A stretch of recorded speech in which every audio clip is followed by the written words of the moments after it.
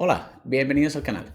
Hoy te vamos a hablar sobre un grupo veterinario inglés que durante más de un año ha estado sujeto a una investigación de mercado y ha perdido más del 30% debido a este riesgo regulatorio. Ahora en septiembre, el regulador va a emitir una resolución. ¿Sabes si esto es una oportunidad de inversión? Quédate con nosotros para saberlo. Mi nombre es Aitor Ortiz, soy fundador de Antitrust Intelligence y en este canal te contamos cómo los riesgos regulatorios influyen en el rumbo de las empresas. Déjame que te cuente en primer lugar el evento regulatorio. Como sabes, siempre nos fijamos primero en un evento regulatorio y luego vemos cómo impacta en la empresa.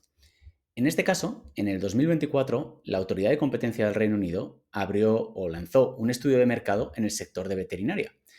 ¿El por qué? Bueno, había recibido un montón de quejas sobre el aumento de precios, tanto en los servicios veterinarios como en las prescripciones médicas, incluso en los servicios de crematoria. A raíz de ese estudio, pues como podéis ver en la diapositiva, el precio, en este caso de una empresa cotizada como era el grupo CVS, bajó significativamente. No solo cuando se abrió el estudio, que lo podéis ver en el primer, comentario, posteriormente, cuando el regulador identificó algunos problemas de competencia, volvió a impactar negativamente en el precio de cotización de CVS e incluso finalmente, hace unos meses, cuando se hizo una propuesta de remedios, en este caso, al ser quizás menos significativos de los que podría parecer en un primer análisis, pues se recuperó un poquito el precio de cotización. Sin embargo, el precio está aproximadamente un 30% más bajo que al inicio o incluso antes de lanzar el estudio de mercado. Entonces, vamos a hablar sobre este estudio y vamos a ver cómo podría afectar a la empresa la resolución del mismo que está pendiente a finales de este mes. Pues bien, en este estudio lo que hace el regulador es mirar muchos aspectos del sector veterinario, pero básicamente se centra en tres problemas o tres, quejas más significativas de los consumidores. Uno es el no tener información suficiente sobre precios, tanto de medicamentos como de los servicios de veterinaria, ya sean horas regulares o fuera del horario regular, emergencias, por decirlo de alguna forma, o los servicios de crematoria. Por otro lado, también se fija en los contratos que tienen los servicios de veterinaria, algunas veces con clínicas separadas para poder tener ciertas exclusividades. Y por último, también ven la consolidación del mercado. Es un mercado que ha pasado por un proceso de consolidación, de tener miles y miles de servicios veterinarios independientes, ahora estar dominado, entre comillas, dominado, el 60% del mercado se lo reparten aproximadamente 4 o 5 clínicas o grupos veterinarios grandes, entre ellos CVS.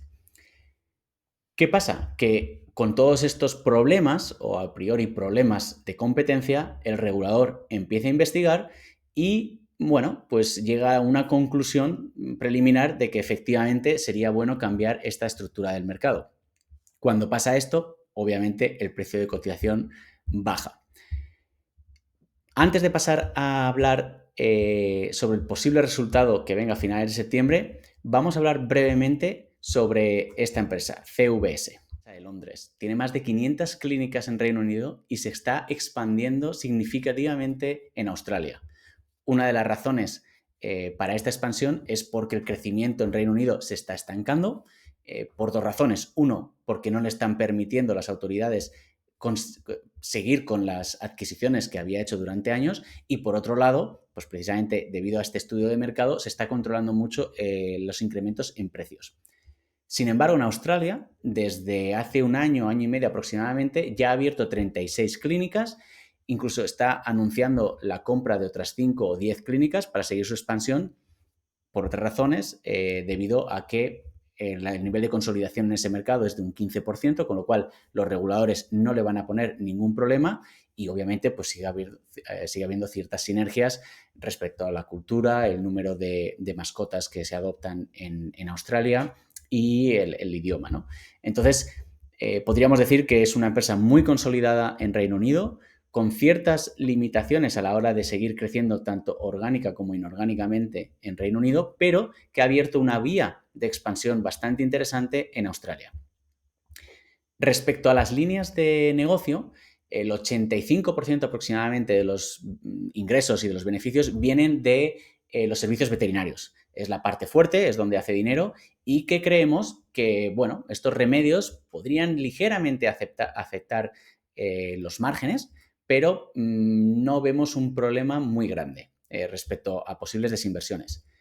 Otras áreas que tiene la empresa son una tienda online, que es precisamente donde más se está resintiendo, digamos, la inflación, la subida de costes, los consumidores están controlando un poquito más los gastos, pero es básicamente un 6% de la facturación.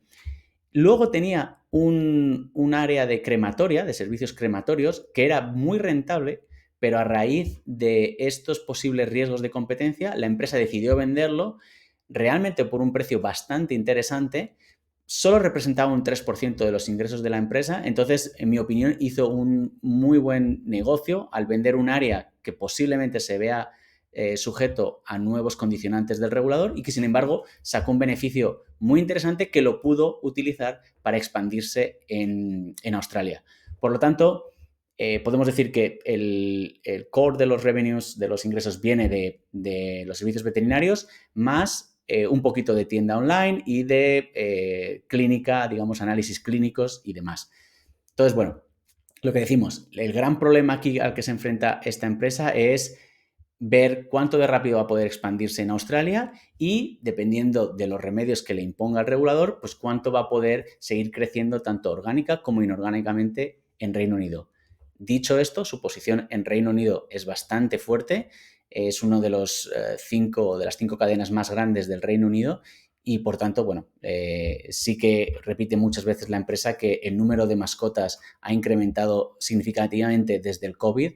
Por lo tanto, es de esperar que los beneficios sigan aumentando y que los ingresos sean recurrentes. Entonces, ya hemos visto que es una empresa que se encuentra bastante saneada, podéis ver las cuentas y lo único que nos falta por ver es qué posible impacto pueda tener la resolución de este estudio en el precio de cotización de CVS. ¿Qué va a pasar ahora en septiembre? El regulador británico va a tomar una decisión sobre este estudio de mercado y vamos a saber si finalmente se imponen remedios o no y qué tipo de remedios. ¿Qué puede pasar? Bueno, se pueden aplicar remedios en temas de transparencia, como por ejemplo publicitar los precios que se ofrecen por cada servicio.